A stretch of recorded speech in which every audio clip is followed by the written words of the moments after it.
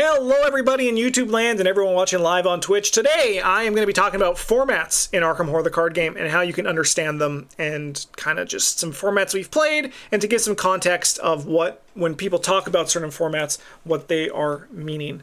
There are a lot of different formats that you can play. I'll be talking about a good chunk of them there, most likely the ones that you've seen and you've heard people talk about the most.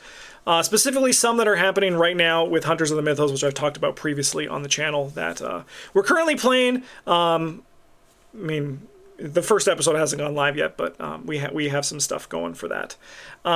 Let's go with the first question here, which is nice and simple, which is what is a format? A format is a different way to play the game. Simple as that. There are often restrictions on the game compared to normal Arkham Horror. If you've ever played or heard of Magic the Gathering, you might know of something like Commander. Commander is a format in Magic the Gathering, just like there is a format called Standard, which is like the most recent X number of years of cards, or a format like Legacy or Vintage, which is like the entire card pool, or Modern, which is like a certain time that the cards were played in. Arkham doesn't have that, because Arkham doesn't have like a format where things revolve in and out of it. It's kind of just the full player card pool is Arkham Horror the card game. So we don't have like the idea of like Standard or Commander, but we do have some things. We also have, I would argue, two official formats in actual Arkham Horror the card game. And people can agree or disagree, but I would love to see what people think. But I think that there are two official formats in Arkham Horror the card game, which is untabooed versus tabooed. So, if you don't know, Taboo is a list of changes to cards that both bring the power level down on cards and boost the power level up on cards, or alternatively, change cards so that they can work in different ways, more efficiently, less efficiently, yada, yada, yada. Most people do play with the taboo list when they're enfranchised and they've played a lot. Most people also play untabooed if they're just starting out or if they just don't want to be bothered remembering what these changes are. Because the changes actually, they're getting pretty big and we're likely going to be seeing a new taboo list coming up in the near future. So there's going to be some more changes coming. They treat the taboo list as like an organic thing where they can take things in, take things out, and just continue to just improve or just like constantly update it. So like for a long time ago, there is a card called Higher Education. It's a permanent that you can pay a resource to get +2 brain or +2 book if you have 5 cards in your hand. You can do this as much as you have resources to play, as long as you have the cards to, like the cards in your hand to do it. It was tabooed for a long time, and now most recently, in the latest taboo before the one coming up right away, it was removed from the taboo list. So it shows that the taboo list will change and it's organic, and things that can come through it are different because of that. I'm seeing some people in my chat right now. They're talking about how they play non-tabooed in person and tabooed online, where it's easier to track the differences, and I think that's totally reasonable. Most of the time, you're only going to have like maybe 3 at the most tabooed cards in your deck, unless you're building around a certain archetype that maybe got buffed up recently. So like it is kind of easy to remember, but it is nice to not worry about it. But going back to the topic of this video, which is the official formats, untabooed versus tabooed, I do think we have 2 formats currently in Arkham Horror the card game that are actually like officially mandated by Fantasy Flight Games. And I think it's these 2, right? Untabooed is just the cards as printed. This is what everyone sees when they first open up their boxes, and they're like, look at all these cool cards. Wow, Dr. Milan Christopher, after you successfully investigate, gain 1 resource, that's so cool. And then you go a bit deeper, you play in the game a bit, and you hear about the taboo list, you're like, I think I'm going to try it out. And suddenly your Dr. Milan is now exhausting. You're playing with a different level of power or card pool compared to other people who are playing Arkham Horror the card game in an official way, so that's why I'm thinking these are 2 official formats. All of that said, this is all we have from an official sense of Fantasy Flight Games for formats in the game. I've been saying for a while, I would love seasons from Fantasy Flight Games where they actually were just like, here is a few cards. Like, here are a few sets. These are the sets that you can build with this season. And they rotate that every, like, 3 months, right? And it's a completely optional way to play, because the reality is that all of these are optional to an extent. You can play tabooed or untabooed. The option is yours, right? You can make your own formats. You can just do crazy things to go with it. They're basically just like different ways to play the game. Commander and Magic started as an unofficial fan format, and it most recently was sucked into WotC and now is an official WotC format. But I would love for like Fantasy Flight to be like, hey, this is this season. Go have fun. Go do things. We do something similar on our Patreon page where I give a deck building stipulation or like some sort of challenge to do, and I rotate it every 2, soon 3 months. So I really like that, and I would love to see that on an official sense as well. With all that said, there is a variety of unofficial formats that we're going to be talking about here. The first one is the one that you probably have most commonly seen because it actually has an official client. Well, not an official client, a custom-made client that is the official client that people use for this, and that is the draft format. So in this format, you build a deck of cards by seeing 1 to usually 2 to 4 cards, depending on how you want to set it for how many cards you need to build your deck. If you ever played Arena and Hearthstone, it kind of works the same way, where you have to choose a selection of 1 to 3 cards to put into your deck. So in this example here, our first pick in Daisy Walker is we are given Rite of Seeking, Knowledge is Power, or Unexpected Courage, and we need to choose one of those cards to be in our deck. We have done a good variety of these on our channel. I think we've done 4. Actually, I think we've done 4. Most recently, as you can see, I have my Draft Challenge 4 rules there, where I modified it slightly. The reason for this is that Draft is a very interesting way to play Arkham for a level 0 deck. That's my thought on this. I think that everyone should, if you're interested, you should try drafting. It is a very fun way to try Arkham, and it can be a very interesting challenge to see how things shape. On my 4th one, I modified the upgrading. So how it worked was that after I chose an XP card to draft, I removed one of the other from my one other of the choices from the pool. You can also choose to lose 1 XP to not make a choice, and if no card is chosen, you still remove 1 draft from the pool. The reason for this was that, again, at level 0, it's really fun to do this. But when you start upgrading and you have to actively choose, like when you're at level 0 and you're drafting a deck, you have to choose between 3 cards, and usually there's one that is just like the best choice or the most interesting choice. There very rarely a time when you're looking at a card and you are like, this does nothing. When it comes to upgrading, it becomes a lot worse because you can't choose the XP of the cards you're seeing. You're just given some cards. And then sometimes you're like, I guess I'll just take this 1 card even though it doesn't actually do anything for my deck. And that's where the combos come in. So I think Arkham Draft is really fun. The problem with Arkham Draft, not the client, the actual format, is that I just think that like it doesn't work as well for the full part of it. It works really good for level 0. And very fun for that, but I think it's really weak on the upgrade. So I was like, I want to try something that's like Draft, but different. And I've done this twice now. Once with Daniel from Quick Learner, and that is Sealed. I really like Sealed as a format for Arkham Horror. So with Sealed, how it works is that you are given a set of cards from your card pool. With this one, we did what? 1, 2, 3, 4, 5. 1, 2, 3, 4, 5, 6, 7, 8, 9, 10, 11, 12, 13. That's 5 times 14, whatever that is. It's like 70. We did 70 cards.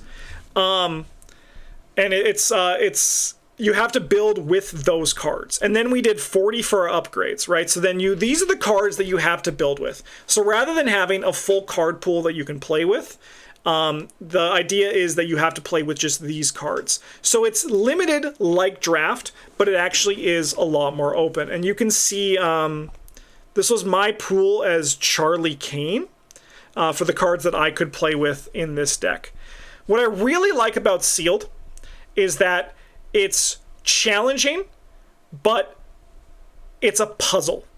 With Draft, you're kind of just like at the whim of what you get, and the puzzle of it is maneuvering through your picks to get the best deck.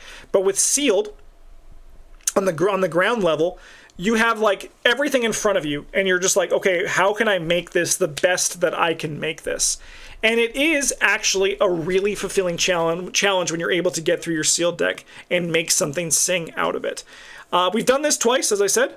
The most recent one is happening on the channel right now, but I'm going to do this again. I really like sealed. The downside of sealed is that currently, right now, as the time of recording this video, there is no official way to build a sealed pool, which sucks, because I think that it is the best way to play a limited Arkham collection, but because there is no official way to do it, it is very difficult. And this gets especially true for like people like it's easier to like do it digitally or even like in your own collection with I mean, don't do it with your own collection. Like, that's the other thing too. Draft is easy because you have that official client that you can use to draft it digitally and then play it physically. With sealed, because there's no digital client, you don't really have an option to do it physically, which is really unfortunate. So I'm hoping that one day there is a physical, like a way to do this digitally, so you can like at least do your sealed pool and then you can build from your sealed pool. But until then, that's probably the biggest weakness of sealed. And it does also, like, yeah, as you're saying, and someone in chat is saying, it gives you more room to navigate beyond the most OP card generically, or just like the best in the thing, but more like, what can I do to, like, how do I solve this puzzle? Like, this card that I normally never play works actually really well with this build, so that's what I want to try out here. We love drinking water. All right, next up we got Cycle Draft. This is something that I actually don't think, I mean, it's an unofficial format here at PBG. We have built a lot of formats because we've been playing Arkham a long time. A long time. We're in the Arkham community, I would consider us to be boomers for Arkham. And we like, the reason why formats are fun is because it lets you play the game with a different perspective, right? So it lets you challenge yourself, change things, and do something different than just having a full collection. So much so that our full collection runs actually become like events. Like when you have like, no, it's a free-for-all, we don't have any restrictions. It's one of those things where it actually like is an event for us. We're usually doing some sort of weird format. Man, that is true. We're actually probably not even boomers. We're probably the silent generation. No, that is 100% true. But this is the latest one we've done because Travis and Bryn didn't enjoy drafts. So instead of drafting our cards, we're drafting our card pools, which is the cycle drafts. That's what we call this one. So this is the one we've done them 4 times. We've done Mystic twice. We choose a class, and then we each draft 3 sets that we can build from for our collection. We don't include the core set because we're maniacs. You can feel free to, like, when you design your thing, don't take out the core set like we do, because it is you feel it. You feel it. But it's like kind of those things where, like, that's the fun part of formats, which is designing and building your own way to play and then hopefully sharing it with people. I would love to see people share formats, because I would definitely want to try them out on our channel, because I think they're really enjoyable. And this one is very fun. We've had a lot of challenge. It's difficult, especially when you build a deck and you're just like, I can't play the cards I miss the most: Emergency Cash, Deduction, Vicious Blow, Perception, Overpower. Where's my thumb? What the heck? But like, those are the 5 cards that I always miss the most in this. The cards that are just like good there to like be in the deck and like save space. Lucky? Yeah, Lucky's also a good one. I don't miss it that much though. Mostly because we actually haven't played Survivor yet. But it's one of those things that like it changes the perspective of how you have to approach your deck, which is very, very interesting. As you can see, like in this Kohaku deck that actually turned into a Father Mateo deck, you can kind of just see like those pieces of what I was trying to do and what I was trying to make work. If you can figure out why I turned this into the Father Mateo deck, you were quicker than me on the trigger for that one. All right. The next one we got here for a format, these are like the standard formats you can see. This is progression. So if you don't know what a progression format is, It's a format where you play the campaigns in the order that they are released with the card pool that was available at the time that that campaign was available. This is a format that we always would say we would never do because we've already done it. However, I will say fairly recently, Travis and I have talked about maybe doing a progression again. So we might actually do this. The reason for this is that progression has kind of changed slightly from, instead of actually being by Mythos Pack, which is how we originally played, to by cycle, which is going to be different for us. It's going to be different than how it was the first time that we played progression back in the day.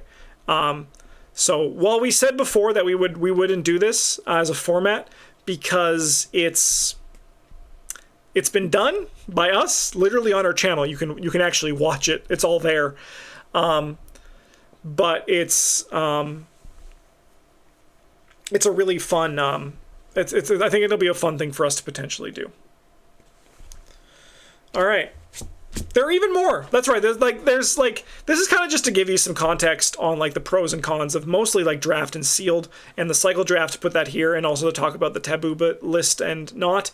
But there are even more. There's also challenges. We've done challenges too, like for example, the skills only, the challenge that Brent and I did, events only, assets only.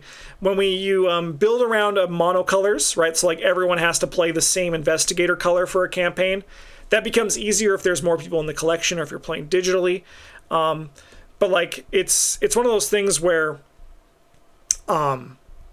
it's a very fun way to play Arkham. Another one is like Chaos Draft 2. Not Chaos Draft, Chaos, where you just get your stuff randomly and you just see how that goes. Gauntlet, yeah, the Gauntlet where I'm doing the nearest neighbor, where like you choose a you play a set and you get to play like these sets between on either side of it. So like if you're playing Forgotten Age, you can play with Carcosa and Circle Undone for your deck building, but nothing else.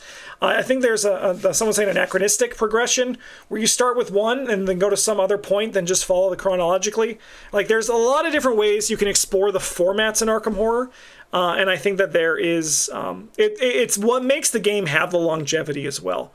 It's a big reason why Magic is where it is today, is because people were building formats to play. There's a format in Magic that's called Dan Dan, where it's like, I don't even know it, but it's about a fish named Dan Dan, and it's one of the cards you can play in it. And I think the whole thing is built around it. And it allows you as players to give life to your collection in a way that is interesting, fun, and different than what you normally have. Because this game doesn't have a rotation like Magic or other competitive card games, because it's cooperative, this is how you build those things. And it's also why I still want Fantasy Flight to give us some official formats. They do weekly challenges in Marvel Champions, which I think is really cool. I'm hoping that maybe we see something similar in Arkham, because I think that would be really fun. With all that said, this was just like a nice little quick video. I just wanted to talk about some formats here. I hope you enjoyed it, and I hope you all have a great rest of your day. I'm Justin. These are all of our awesome patrons. That's chat over there. You can't see them, but that is chat. We're all here to wish you a great day. Thanks for watching. Have a good one. And as always, a GG's.